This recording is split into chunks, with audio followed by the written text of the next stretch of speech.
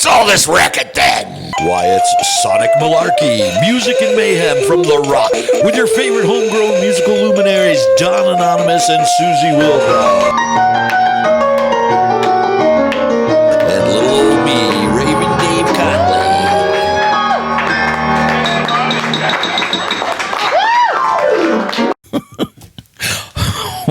Welcome.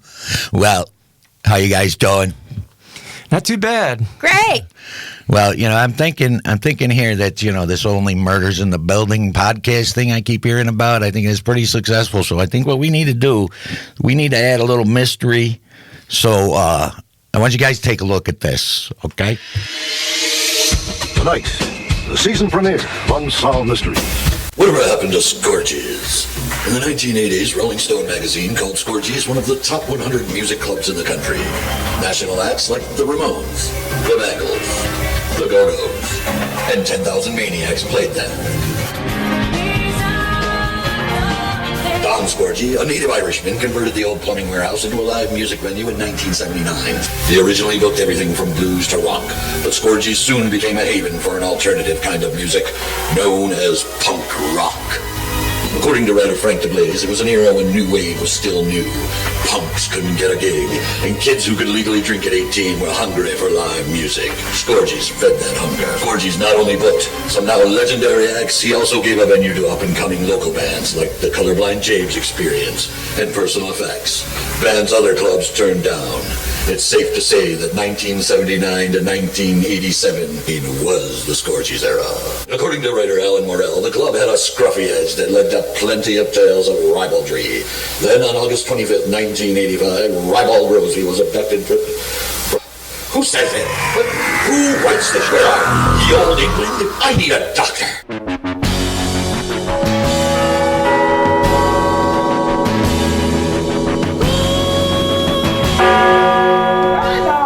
If you have information leading to the recovery of Rosie, please contact the Rochester, New York Police. Look at all the Doctor Who's. I'm gobsmacked by all the types of Doctor Who's there be. Yeah, I'm talking about a generation. Talking about a generation.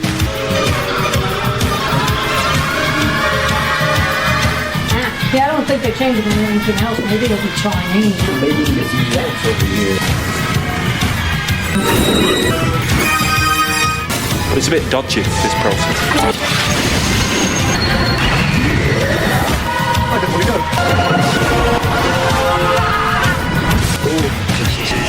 Now times change, and so must I. Be kind.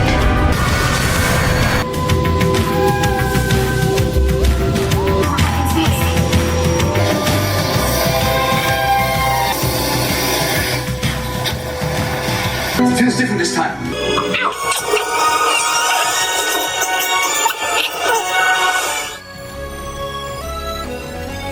Blimey, what the bloody hell? Well, I'll be gobsmacked. It's the doctor. Which doctor? No, not a witch doctor. 'Tis I, the umpteenth Doctor. Ran out of David Tennant money and had to go David Timu. So your sonic screwdriver? Again, Timu. No time for questions. Quickly, into the TARDIS. We must go to America. What? I gotta work in the morning. People in America have forgotten about life before Reagan. What? When a new type of music was sweeping the world. Punk rock. Easy peasy, you don't have to go far from London for that. Not entirely correct. The term punk rock is actually American. It's what really started as an anti-corporate art movement in the colonies, with bands like the New York Dolls, the Stooges, and the Ramones became known as punk rock. In England, however, times were a lot tougher. Punk rock became much more political. Thus, the Sex Pistols and the sounds of anarchy in the UK became the definition for the sound of punk. But punk rock was a label for many different subgenres that were being played throughout the nightclubs where disco music was dying out. I'm going clubbing. This ain't no mud club, no CBGBs, we ain't got time for that now. Of course, before we get there, we must transition. Then I've got to trade my apples for pears? I thought that was illegal now. No, I mean, hopefully we're going to regenerate into 1980s American teenagers. At least that's what I hope. It's kind of up to the TARDIS and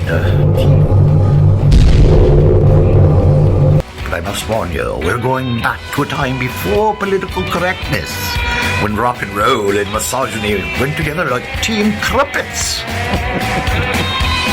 When bands that made music called slut rock could run wild and free in places like Scorgie's downstairs.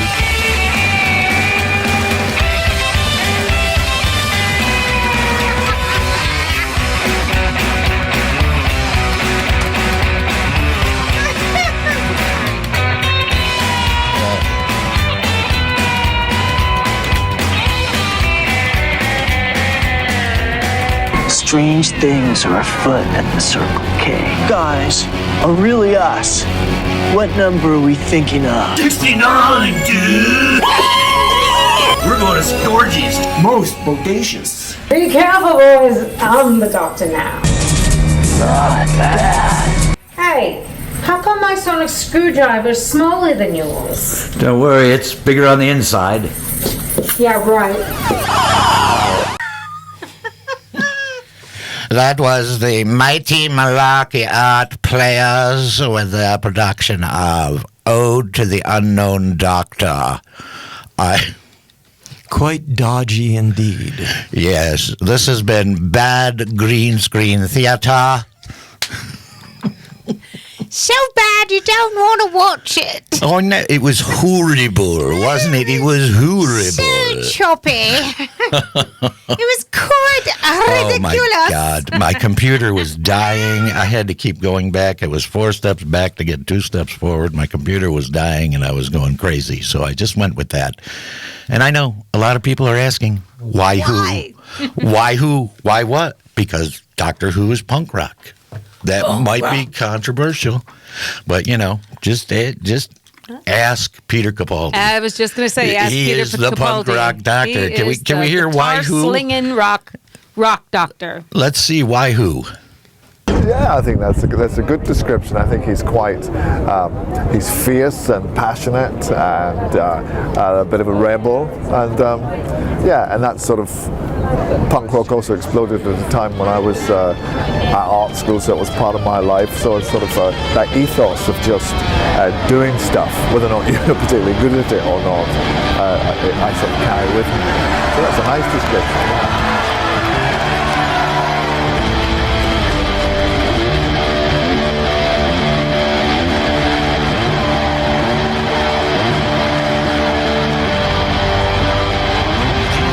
In a punk rock band with Craig Kilborn, the guy that used to do the late night show.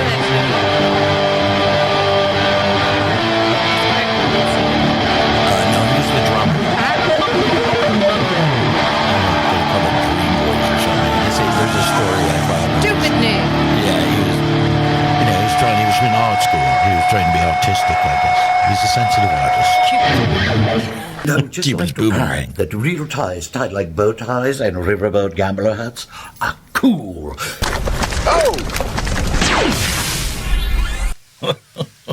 Two of my favorite traveling companions. Yeah, mine too. Well, you asked for it, Susie, so you got Doctor Who. Thank you. And we needed a Time Lord. We needed a Time Lord to bring us back to Scorgie's, that Scorgie's era of 79 to 87. That was a fun time. It was. And one of the bands I remember, I know these guys because I went to school with them. They were like the cool guys when I was a freshman, and they were getting laid while I was home watching Doctor Who. And The Resistors? But they've always, the Resistors, yes. And I got a chance to talk with Rich Gasberry and Rick Parada of the Resistors. And luckily they told me about another interview, so let's roll that interview. Cool. Who are you? My name's Bobby B-string, G-string, G-spot, baritone. Who are you? I'm Rick. Hi, I'm Lee. And Richie skins gas bags. All right, this is the Resistors. We do slut rock. We invented the art form. Well, slut rock is pretty much those everyday situations of sexual fun that people just don't want to talk about, and we like to talk about it. So I'm here at George's Diner with Rick Parada and Rich Gasberry of the Resistors, two of the creators of Slut Rock. Which lives in infamy. Slut Rock, what were you thinking? And why were your shows such fun? Well, let's let Rick answer that. First of all, they ask you didn't see the other interview? Do you hate women? He wants this for the podcast. What are you going to make about it? We hope that they do. No, we love women. We like women who like the boys, the band. We like women who like women. Like them big. We like them small. Like them thin. Love them tall. We like them hot. Wait a minute.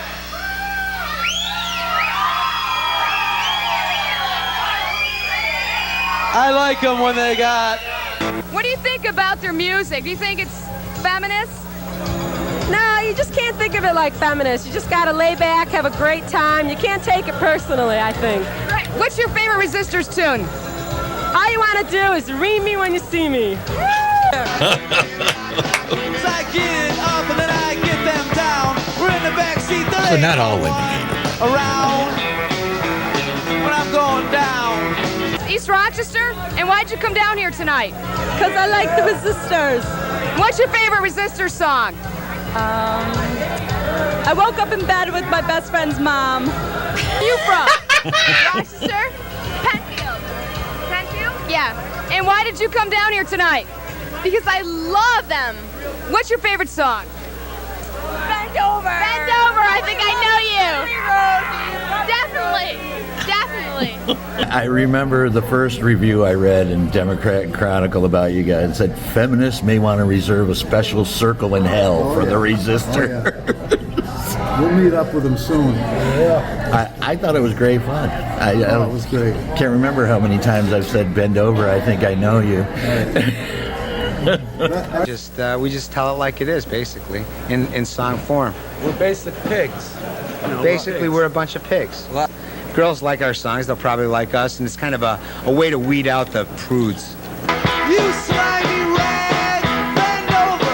I think I know you.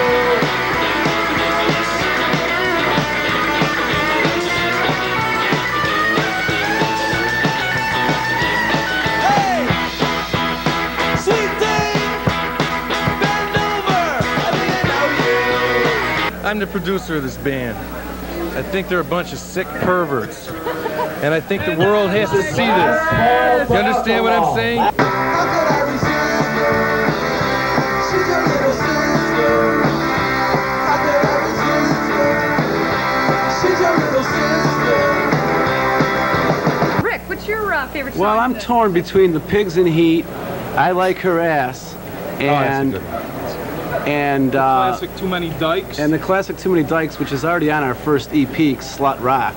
But I'm torn between the three of those. I remember the music's one thing I remember taking a nap on Eagle Head Road up in my bedroom.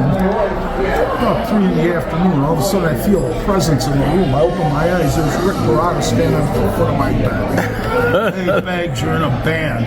What are you talking about? You're going to be in a band. I go, what? And then I was more or less coerced.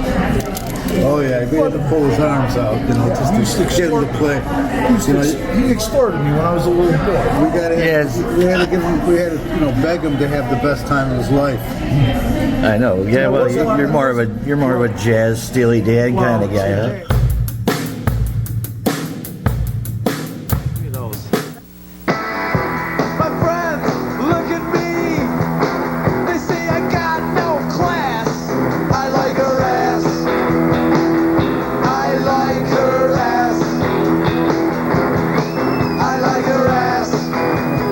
Pigs in Heat. I like How Can I Resist Her, and geez, I like them all, to tell you the truth. I like a simple one, so I Need a Sex Object.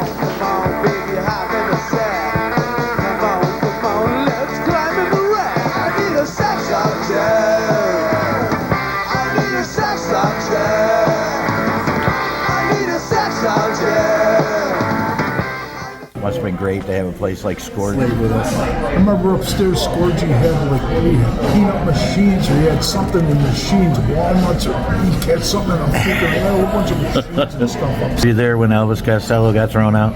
No, but I would have loved it. When we loaded in, there was a metal door, you know, with one of those exit bars on the inside, and he doesn't remember, but I remember like it was yesterday. Scorgie was in one of his moods. The door was just ajar, that metal door. He sticks his hand in there to open it up, and Scorgie slams it shut. I said, go like this, I just took my fingers off. He would have played a pretty good guitar there. Well, I'd do better than I am. Oh, yeah. Now, what's this about, breaking beer bottles? Oh, he loved that. He liked that. In the barrel, smash them. Get out. Yep. Get the F out. What do you think? This is an effing country club? That's one of the things I read was like, he loved yelling, get the fuck out of here. Only us guys would have, we couldn't trust any of our friends at the door because of their pockets, those scoundrels. Bob Baritone's father, Smoke Shop Mike, that owned the smoke shop in East Rochester. I remember that, yeah. Rochesterian. And this other guy, Squash Nose Tony. I don't remember Tony's last name. Squash Nose Tony. Squash Nose Tony, that's all you know. Imagine these guys in Scorgies, both like 80 years old, taking the money at the door with the slut rock stuff going on, the characters in there. It was just the things that we've done and seen were just, you know, they're indescribable. Never going to happen again, yeah. These I woke up in bed with my best friend's mom. We were rolling around till the crack of dawn. And he finds out he's gonna have a heart attack. No, I like the band though. It was pretty cool. It got me bopping much, but I was dancing. So, do you know any of the Resistor songs? Well, the last one, I Like Your Ass. I like that one a lot. Best slut rock band country. I came down for slut rock. Yeah, party hardy. Bad Just story. my luck. Hey, It's a bad story. No, and he says to me, Bags, never let him ride alone. If she's going to go somewhere, take her with you. Got to pin the back leg down. So I got to look at Scorgie's website, and it'll bring back memories because, you know, I don't remember all of it. They say if you remember the 80s, you weren't really there. Yeah, I remember all the good stuff. Yeah. Oh, yeah, we used to, when Lee and I were driving around in the car writing songs, couldn't stop laughing. I will only ever play this song now. In this town, this is the last time.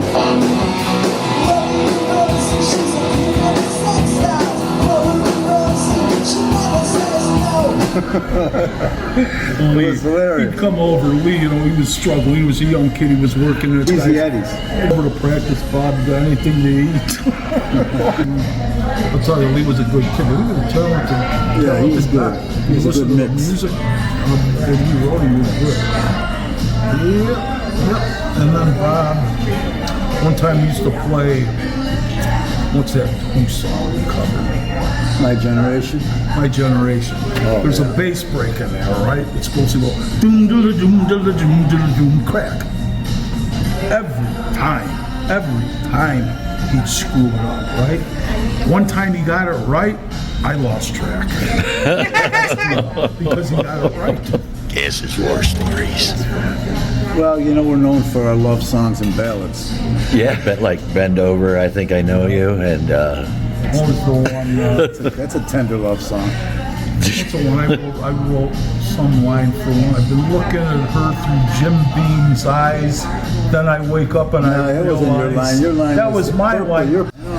What's the line you were talking about?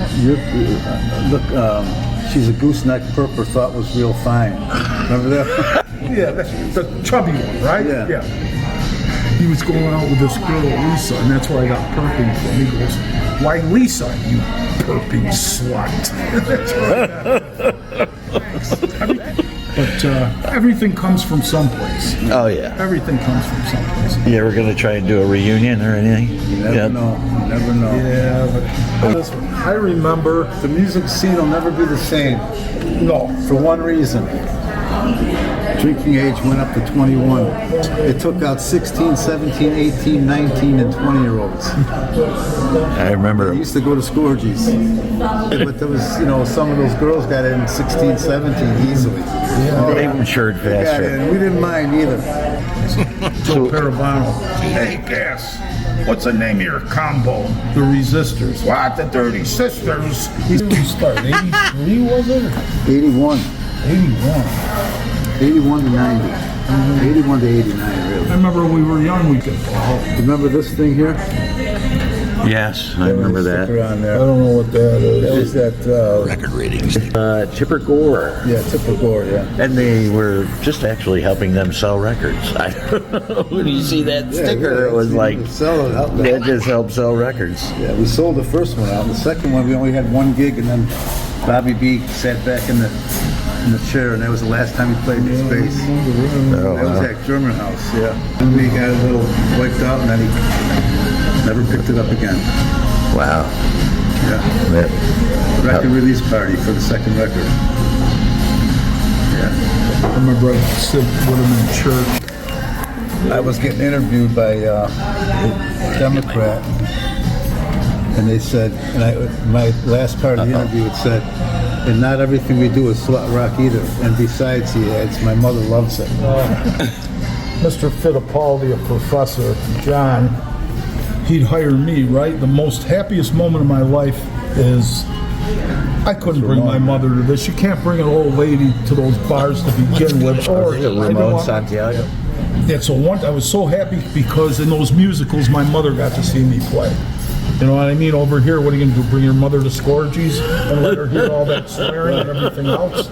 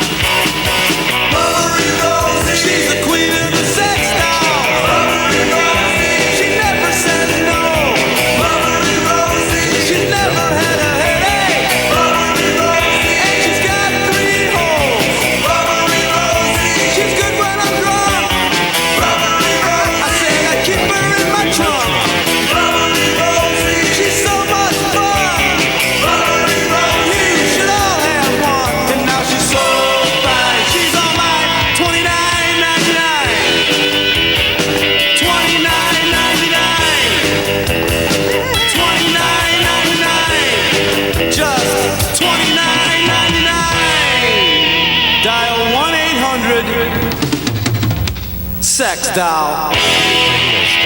For early 80s. Absolutely I mean, great, they put the money in. These guys did a lot to produce them.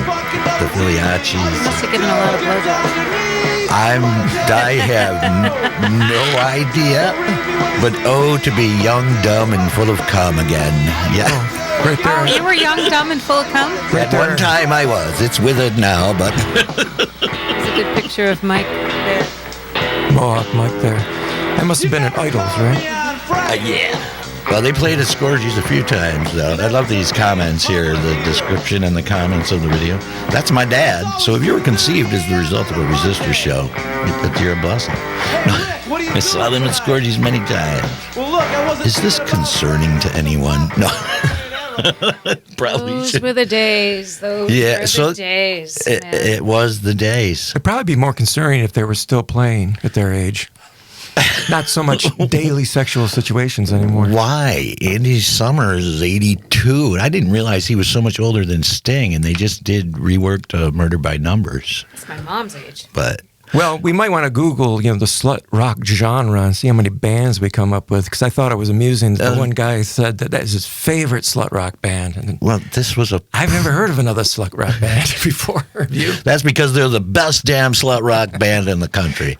I'll tell you, it was the first time I went out and actually tracked down an interview and did an interview, and I realized I am just horrible. I'm sitting there talking to these guys like, oh, the cool kids are letting me smoke my pot with them, So bad. But you guys actually being in the trenches, you guys actually got some great stories from OGs, from the original Scorgie's guys. Tell us about that, Don. Well, there was Rick and Rich touched on Don Scorgie a little bit in terms of Scorgie's moods. Now, we'll get into the personality of Don Scorgie with some interviews that I did.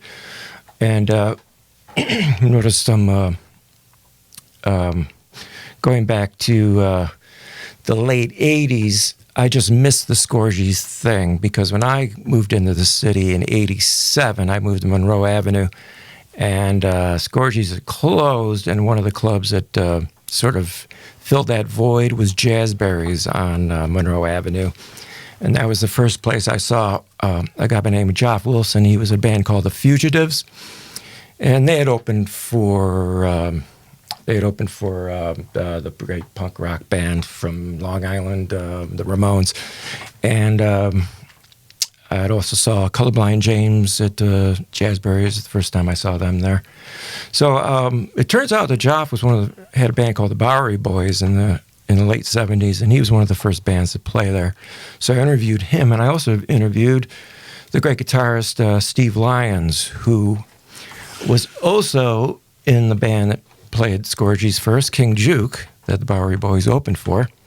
Steve has gone on to so many other bands, Beale Street Blues Band and many others. Yeah, I saw him play with Clifton Chenier Jr. That's when I met Steve. Yeah, he does a lot of film work. Well, let's hear this interview. Let's hear these interviews. All right, first thing we'll pick up here is a Lux nightclub. Recently, a band from New York City called Soul Cake played in, and they're led by Joff Wilson and based in New York City.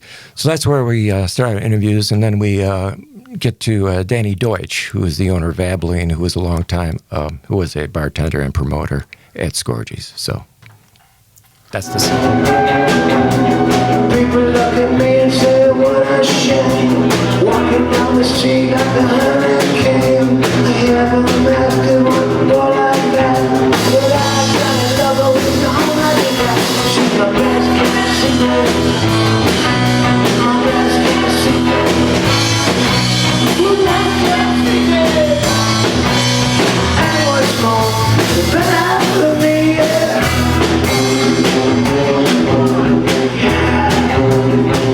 Excellent. Joff Wilson of Soul Cake just played. Guitars, walking. We did. Here at Lux. Soul Cake's from New York City. Nice to meet you, I'm Kimmy. And Joff's a Rochesterian who was one of the first bands, the Bowery Boys, his band was one of the first bands to play Scorgie's. And I needed work, and I said to Don, could I clean the place or do something? He said, clean the place? What, 10 bar? And I said, I've never attended bar. And he said, I know what you drink. You drink a gin and a tonic. What goes in there? Gin and a tonic, and put a lime in. Get behind the bar. And learned a few more drinks, but yeah, so attended bar, and then you know, he started upstairs booking things from his neighborhood, the 10th Ward friends of his. Right. Liam McGee, right. Joe and John Dady, Mike Pavone, and those guys. And just up in the corner upstairs. We went to this bar that was open to get a beer one day after rehearsal, and we met the owner, Don Scorgie, and he said, yep, I'm going to start having live bands downstairs, and we're building the stage. You guys want to see it? So we went down, the stage is half finished, and we're looking around. We're like, yeah, man, great. We want to play here, sure. And then they finished it all up, and I think King Juke was one of the first bands to play. Okay. We opened for them. And then it went from there. Yeah, they were very early on, and we were all local acts. But like Danny said, you know, they had some Nashville people coming through that were phenomenal. I saw Mose Allison and the Cramps. That's probably the most famous of the bookings I was associated with, because you know, they were playing, I think, first time on a Sunday night, and checked in with the agent on Friday, and he sort of offhandedly said, oh, they're not doing that. They can't make it. Their van, they were with IRS Records at the time, and their van had been impounded. And I'm like, well, what do you want from me? I had signed a contract for Scorgie that, you know, we pay them for this performance. So it wasn't based upon us getting them to town. And they said, well, that's just the way it is. So our friend Doris Vaughter and I drove to New York in my Toyota Corolla. We drove together down there, rented a U-Haul for their equipment. She drove the band in my Corolla. I drove this U-Haul with their equipment and their tour manager. And it was one of the craziest weekends of my, you know, long life at this point. And then, you know, they did this sort of storied performance where we were packed, and Lux Interior, who has since passed away, but started ripping down ceiling tiles and breaking them, and Scorgie was at the side of the stage. The Cramps are playing there, and the lead singer went up and he destroyed these tiles that Don had put up on the stage. Yeah. So Don got really ticked off, and he started charging the stage. And the singer for the Cramps had a bottle, and he smashed the bottle. And the bottle was like broken in half, and Don kind of walked up, and he just kind of stood back. So Lux Interior was probably the only guy who ever intimidated Don Scorgie. Yeah. I could go on and on. I'll give you one quick story. Sure. There was literally like a riot down in the basement. All these guys are punching each other, and I'm standing there, I feel like I'm in the middle of a movie. Because, you know, these guys are running rampant. And, you know, people are rolling around on the floor, blah, blah, blah. And Scorgie comes down, and he jumps right into the fray. And he grabs one guy by the collar, and he starts punching him. And then this other guy, he was a big biker type, comes up behind Scorgie with a chair over his head, and he's going to slam it down on Scorgie. Well, you know, I'm kind of a little guy, but I grabbed the back rung of the chair, and I brought it down on his head, and out he went. And Scorgie's still punching away, and he turns around and he goes, thanks. Scorgie was like out of a 40s movie or something. I mean, Yeah. he liked to fight, man. That guy loved a brawl. He didn't even care if he won. He liked the whole mystique or something. Yeah, well, he was a tough little guy. Oh, yeah. Barrel-chested, and he was great. Underneath a lot of that Scorgie bluster was a really sweet and good-hearted guy. Oh, yeah. I remember, like, the person in my life that mattered the most, I love my parents and miss them, but my grandfather, my maternal grandfather, and I were very close. And he passed away, and Don was like, let's go. We're going on a tour of duty. And it was like, okay, we're drinking here. If we can make it here, we're drinking. It was all by foot, and we're just drinking. And you know, it's one of those things where it's like you wake up like 2 days later and going, what just happened to me? But it's exactly what you needed. You know, you needed a friend to come along and go, it's gonna be okay, man. Set him up. Yeah. And that was Don. Me and a friend of mine lived there. We all did it first. We'd get lunch. We drink beer. And put it on our tab. So about 10 years later, I said to Don, I want to start paying down my tab, because I figured it was in 4 figures, literally, between me and Michael. That's a tab. And Scorgie goes, okay, I'll be right back. And he never came back. And this happened like 4 times. So finally, I went to Scorgie and I said, Don, I want to pay my tab. And he goes, okay. And this time he comes back and he goes, can't find it. So many years later, he walks into Smokin' Joe's and I bought him a beer. I said, Don, enjoy this beer because it's the most expensive beer you'll ever have in your life. Probably worth about $1,500. And he just laughed. He was a great guy, just a great guy. Well, you know, big stories. Obviously, there's the Elvis Costello story, and Steve, you say you witnessed that one, right? I was right there. I was standing right behind Costello. I had seen his show. I think he played at the auditorium, and he was great. But you know, he was unknown at that point, and he was an ass. He was sitting at a table. And I was standing right behind him. I wanted to say hello because I was floored by him. I thought he was really great. And people were coming up to him with cocktail napkins and pens and asking him for autographs. And so he would scribble his name real quick, wad it up, and throw it over his shoulder. And he did this like 4 or 5 times. And he was rude to everybody. This is Costello I'm talking about. Yeah. And Scorgie finally came up, tapped him on the shoulder and said, you gotta go. And Costello fortunately went quietly. But that was one of the funniest things I saw there.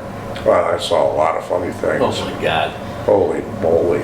It was a place where it was like that classic sort of, I don't want to say Cheers, but where there were different, you know, there'd be like a plumber sitting next to a punk upstairs, sitting next to, you know, some musician sitting next to someone, you know, in a suit, sitting next to the guys from RG&E next door, all the photographers who lived at 180 St. Paul, and I mean, some of those shows, to this day, New Math shows to me, and King Juke, there was a period of time when it was King Juke, New Math, Bahama Mama. I mean, it didn't get a heck of a lot better than that in my eyes. I mean, and King Juke was just this amalgamation of R&B and soul and just tremendous energy with great players that everyone seemed to like. The New Wave kids liked it, and you know, it made no sense. Yeah, well, but it was just great. They did, you know, and Bahama Mama was killer. Yeah.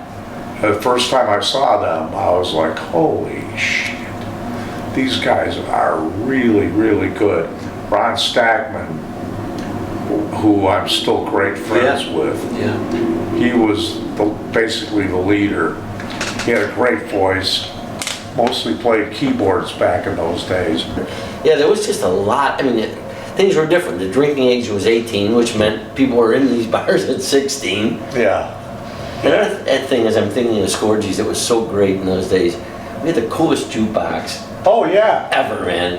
I mean, they have a jukebox with old soul, with classic, you know, cool 60s rock stuff, with New Math, you know, on it, and just great, great stuff.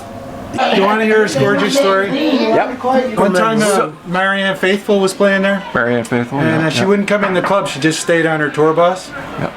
and there were these two gay guys that were hanging out in front of her tour bus waiting for. They really wanted to meet Marion, right?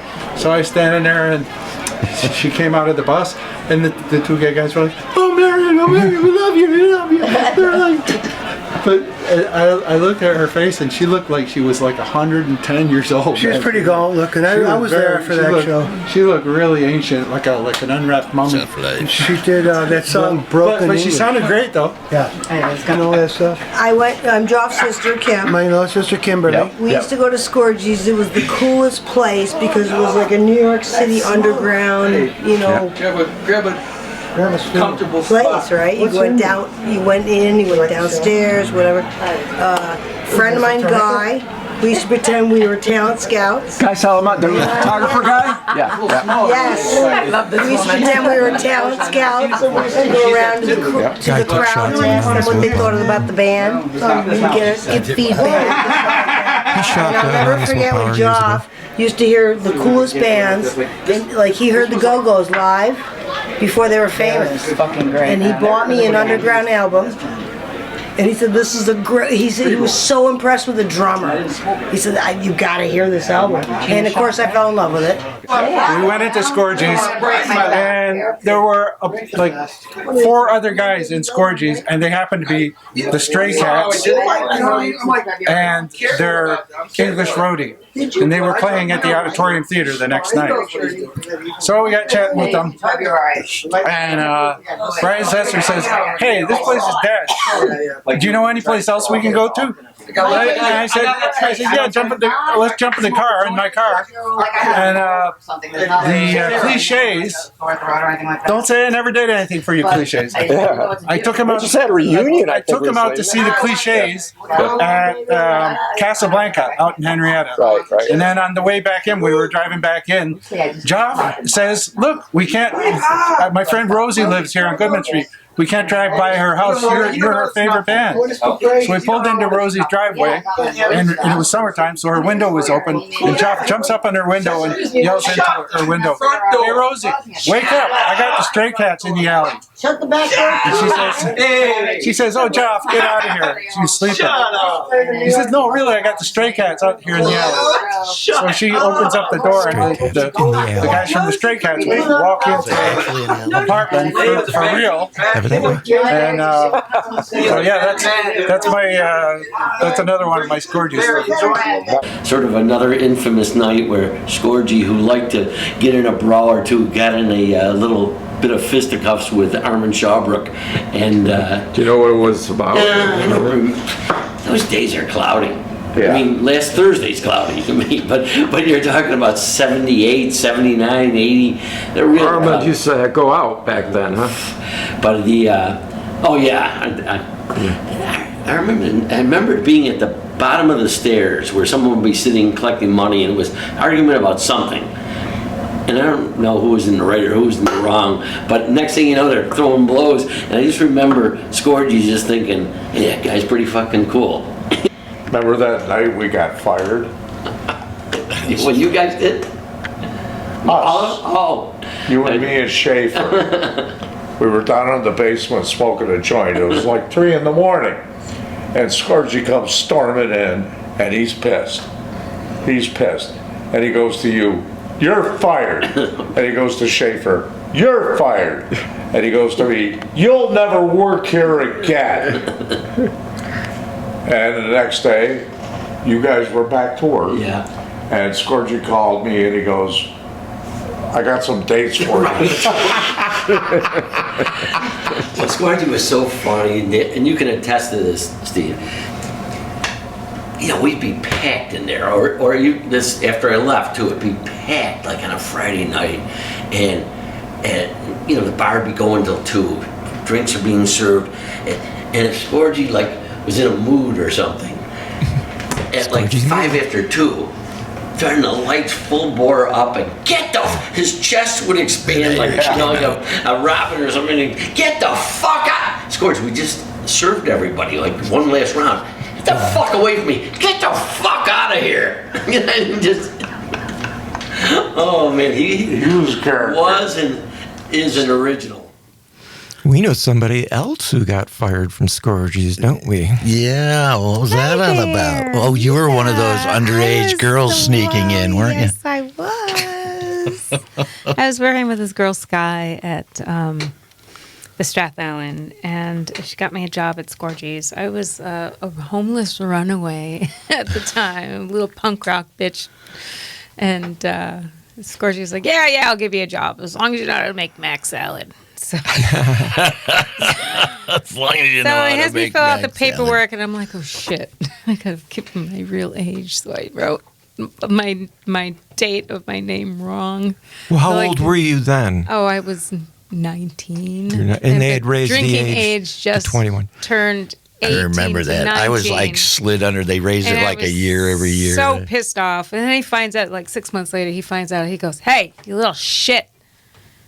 I'm like, what? What did I do? He goes, I think that's a pivotal. you know what you fucking did? You know what you fucking did? You almost got me fucking in the feds, you little fucking asshole. No, you're fucking fired. You're never going to be in here again, but before you leave, give me a hug. Sounds like an interesting guy He there. was such a character. And I'm like, okay, I'm sorry. I'm never going to lie again. There's so much music went through that. I was like, I need to learn to be brutally honest. And that was when I learned to be brutally honest. Yeah, Rick and Rich touched on that. It seems to be a pivotal moment in Scorgie's history when they raised the age from 18 to 21. It killed rock and roll. It killed everything, man. Well, I Thank remember you, that Mario it went Cuomo. up like I turned 18, and then as soon as I turned, it had raised to 19, like right after I turned 19, and then it went up a year until it went to 21. Yeah. But I slid under just every time that it changed. Dude, my sister got us into Scorgie's all the time. I saw the Ramones like 2 or 3 times. Yeah. 14 was my first time going to Scorgie's. And Considering you my were- sister would give me drinks. She would be like, here you go. They didn't give Oh. a shit. I was drinking in bars at 16. Oh, easily. Easily. And then they started having to put big X's on us, and we'd just take alcohol and wash it off. For the underage drinkers. Like, fuck that. I've been drinking since I was a kid. Screw Yeah. you. Don't tell me what to do. I need some booze in this ginger ale. So, what do you guys got coming up? Anything coming up? Or? We do. We have a show July 11th at Water Street Music Hall with Cavalcade. And we're looking forward to playing with them. Tickets go on sale this week, I do believe. Oh, great. So, And our other July performance, I think, was it Bad Ending? Oh, yeah. Monroe Avenue. Bad Ending Another Bar. Monroe Avenue place. And that is... I'd like to give me a little shout-outs on the interviews. I'd like to thank everybody. I wanted to give Richard Maxwell credit. I didn't see his name come up. I thought I put that in the video.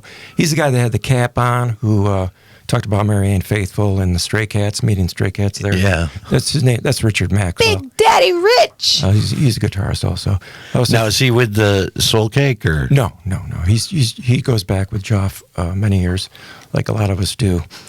Also, I got to thank Danny Deutsch. Big shout out to Danny and Joff and Steve Lyons, of course.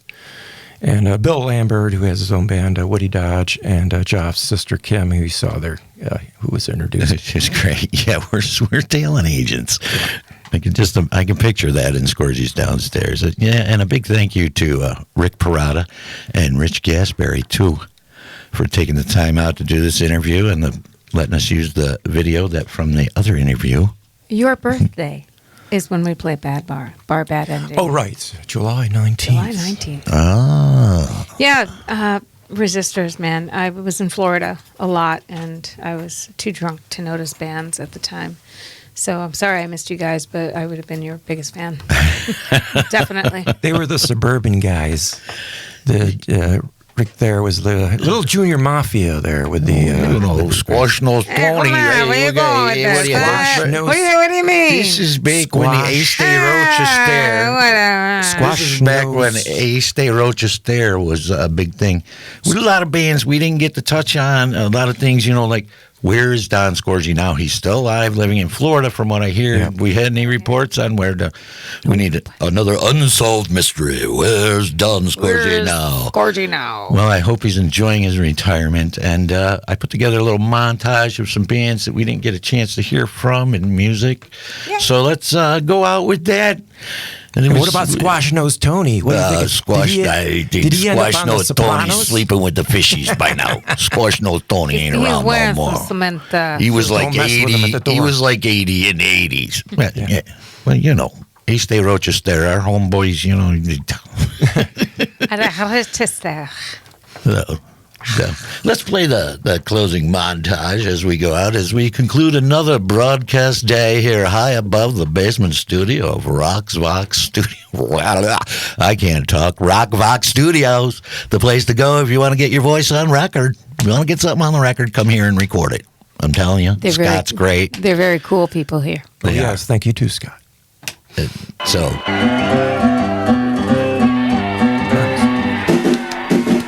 about. Everybody knows what it's about. I'm like, I just wanted to tell me. And they said masturbation. And that was the first time I had ever heard that. And the song had been out for the guy that way wrote the song. almost 20 years. So, I had a dream the other night. Big Hands isn't what you think. Oh, what a dreadful dream it was. Had to put Colorblind James Experience. I dreamt I was on the stage. One of my favorite local bands. As if that wasn't bad enough. And the people were angry. They shot let's rock. It wasn't a satisfying thing. I whispered back, I am rocking. It's very different back then. Nobody was doing rocking as fast as I can. Yeah, I think a lot of things got labeled as punk rock that were just experimental stuff. And yeah, they used to call a lot of great music came out of that. Circus rock was one thing that they used to call Colorblind James, which the band really understand. It is kind of Calliope-ish, though. There's Don. New Math. I saw these guys open, I think, the B-52s at the Dome Arena.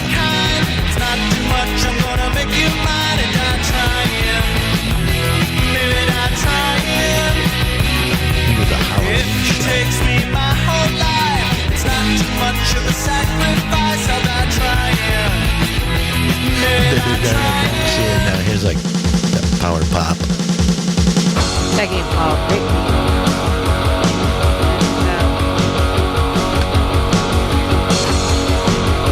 I like this song, darling. This is great.